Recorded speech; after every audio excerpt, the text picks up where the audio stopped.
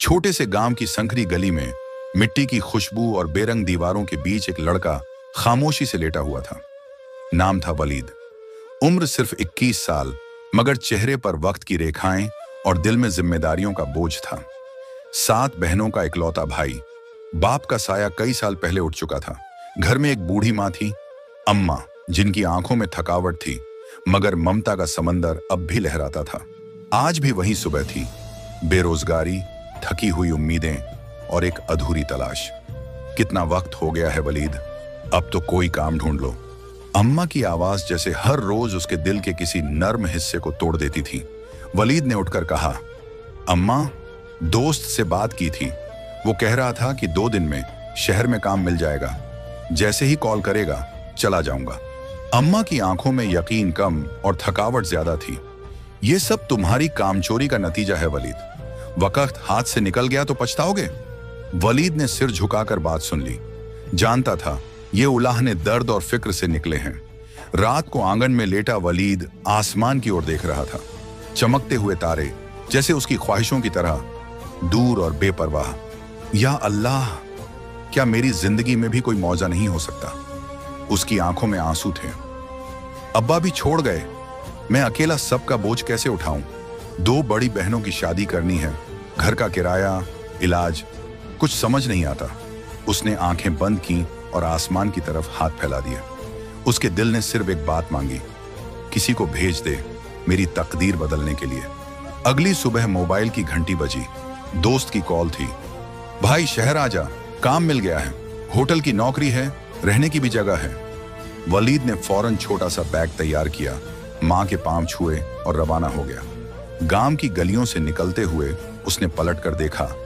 मिट्टी के आंगन में बैठी उसकी बूढ़ी माँ, उसकी आंखों में खामोश दुआ थी। शहर जाने वाली बस में बैठा वलीद खिड़की से बाहर झांक रहा था। सफर को 1 घंटा हो चुका था, मगर उसे यूं महसूस हुआ जैसे कोई उसकी तरफ लगातार देख रहा है। वो पलट पलट कर देखता, मगर हर बार बस में भीड़ और अजनबी चेहरे। फिर हल्की सी निस्वानी आवाज उसके कानों में गूंजी, प्लीज मुझे परेशान मत करो। उसका दिल धड़क उठा।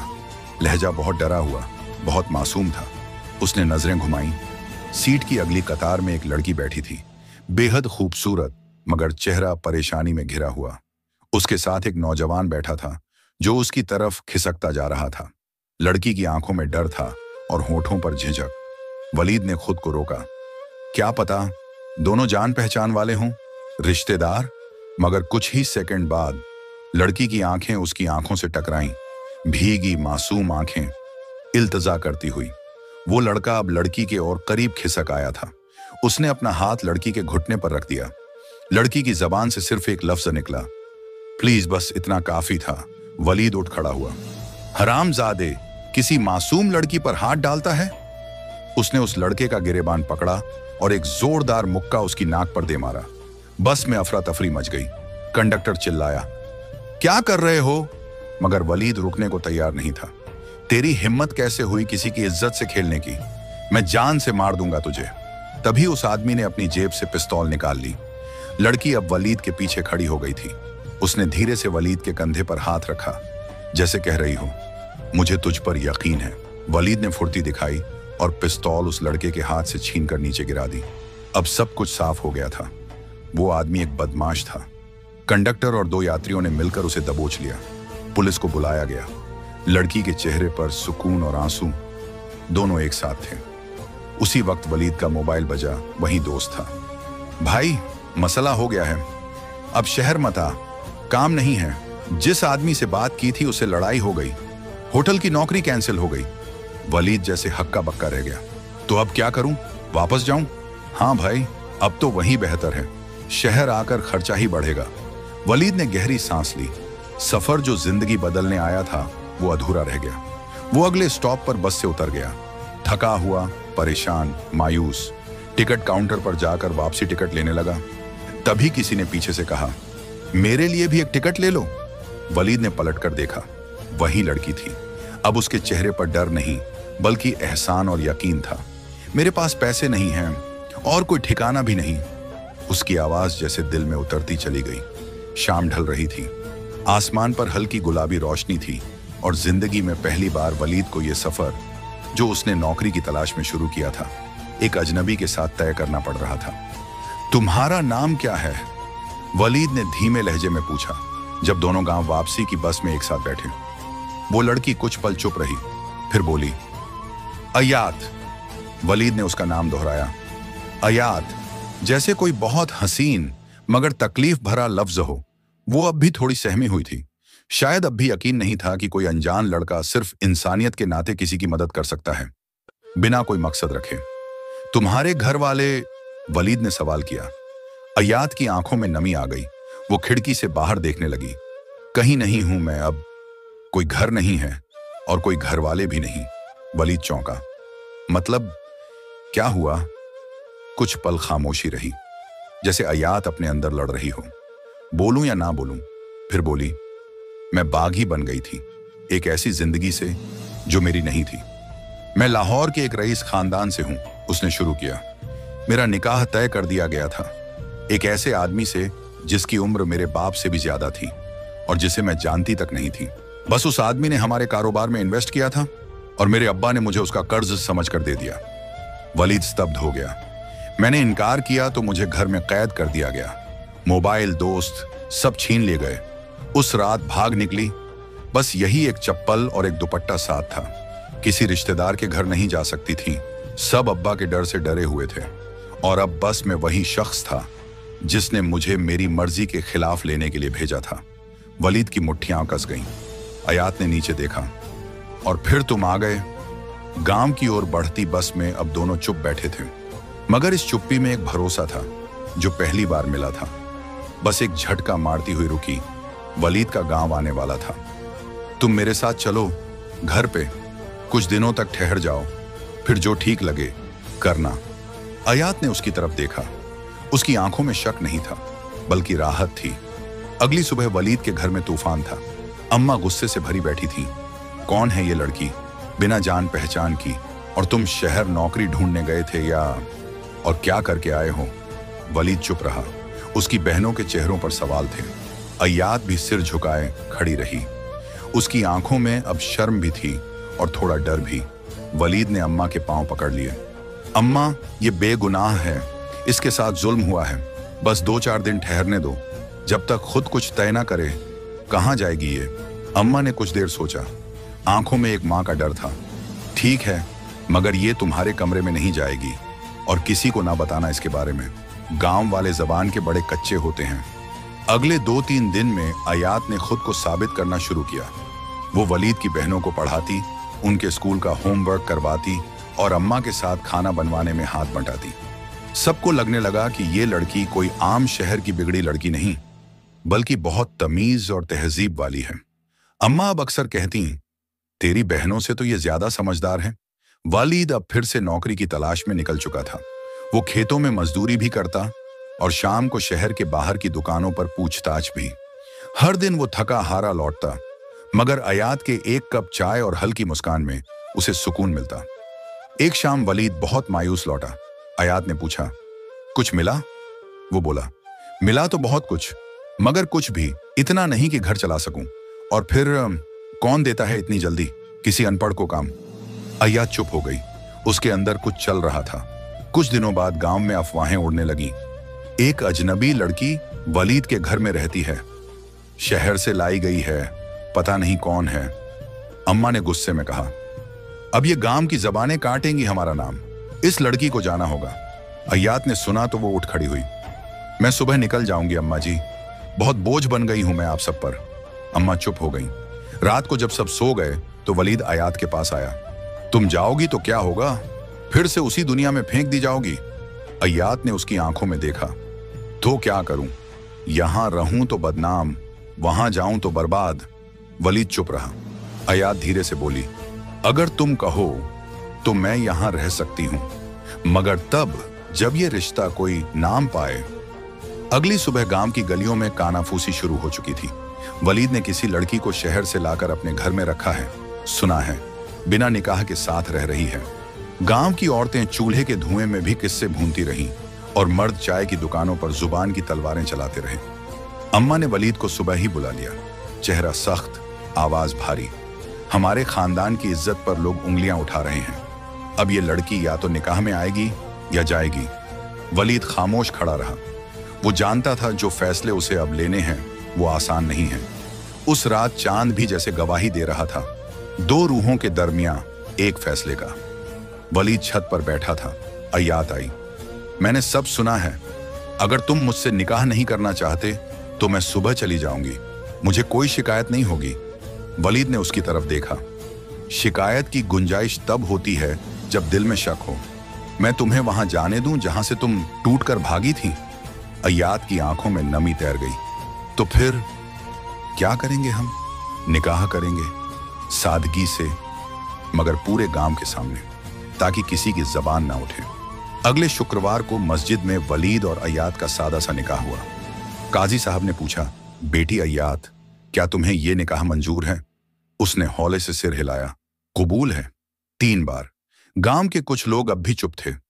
कुछ की आंखों में ईर्ष्या थी, मगर बहुसंख्यक लोग वलीद की सच्चाई और बहादुरी के मुरीद हो चुके थे। अय्यात अब उसकी बीवी थी, नाम से नहीं, रूह से। शादी के बाद घर में थोड़ी राहत आई। अम्मा भी अब उसे बहू की तरह देखती।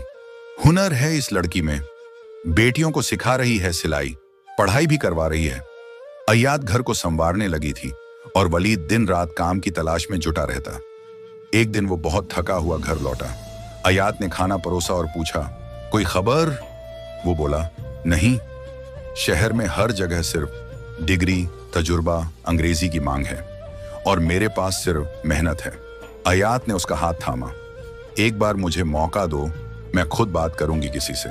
मैंने बिजनेस मैनेजमेंट में डिग्री ली है, शायद कहीं इंटरव्यू लगवा सकूं। अय्यात ने अगले ही दिन एक कॉल की अपने कॉलेज की एक दोस्त को। वो अब एक मल्टीनेशनल कंपनी में HR थी। तुम्हारा शौहर, इंटरव्यू भेज दो, देखती हूं।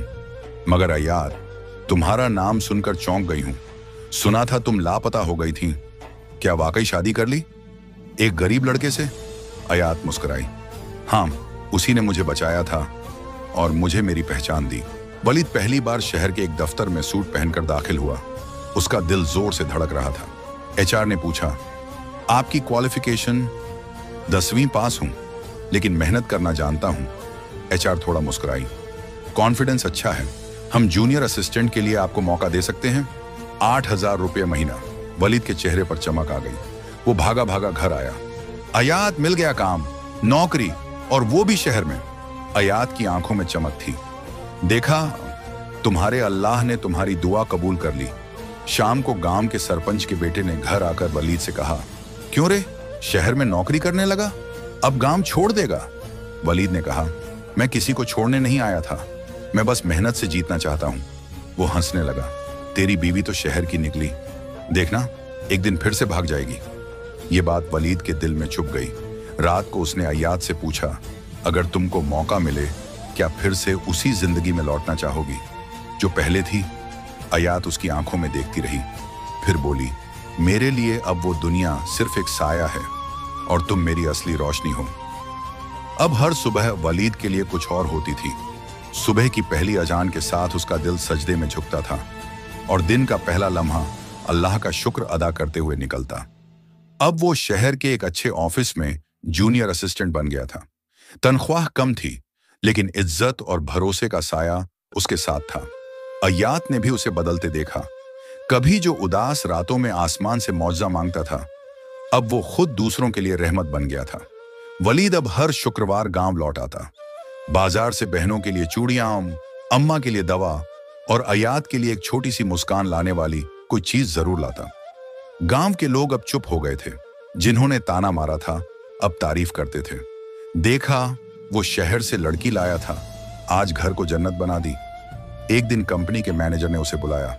वलीद, तुम बहुत मेहनती हो, अब से तुम्हें एक नई जिम्मेदारी दी जा रही है। ऑफिस का इनवॉइस सेक्शन संभालोगे और तनख्वाह दुगनी। वलीद की आंखें भर आईं।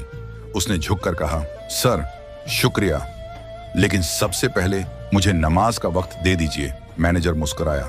तुम जैसे लोग ही इज्जत लाते हैं काम को। शाम को घर पहुंचते ही अय्यात बहुत चुप थी। उसके चेहरे पर उदासी का साया था। वलीद ने पूछा, सब ठीक है? उसने कांपती आवाज में कहा, वो लोग मेरे अब्बा के आदमी शहर आए थे, ऑफिस के बाहर देखे गए थे। वालिद का चेहरा सख्त हो गया। उन्होंने मुझसे सब कुछ छीन लिया था, अब क्या फिर से? उसकी आंखें भर आईं।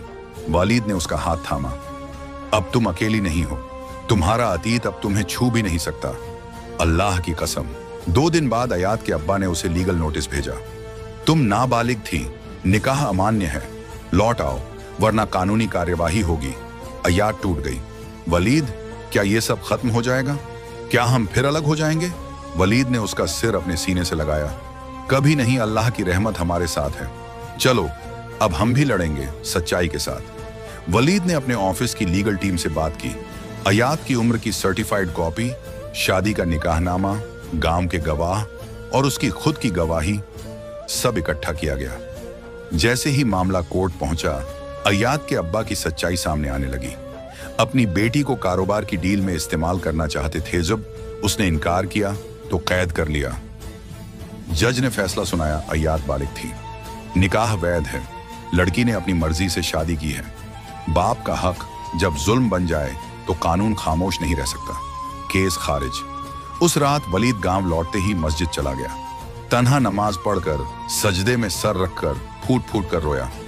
या अल्लाह, तूने मेरी हर दुआ कबूल की, तेरा शुक्र है। अब अयात सिर्फ वलीद की बीवी नहीं थी, वो गांव की लड़कियों के लिए प्रेरणा बन चुकी थी। उसने एक छोटा सा तालीमी सेंटर खोला जहां लड़कियों को कंप्यूटर, सिलाई, इंग्लिश बोलना और आत्मनिर्भरता सिखाई जाती थी। अयात वलीद वेलफेयर सेंटर, ये नाम पूरे जिले में मशहूर हो गया। वलीद की 2 बड़ी बहनों की शादी भी बहुत इज्जत और खुशहाली से हो गई। अम्मा अब फख्र से कहती, मेरा बेटा वलीद वो है जो आज हर माँ का ख्वाब होना चाहिए। एक शाम जब सब आंगन में बैठे थे, वलीद ने आसमान की तरफ देखा। वही तारे, वही रात जो कभी उसकी तन्हा गवाह थी। अयात ने पूछा, क्या देख रहे हो? वलीद मुस्कुराया, वो ही अल्लाह जो उस रात मेरा सजदा सुन रहा था। मैंने उसी से एक मौजज़ा मांगा था और उसने तुझे भेजा।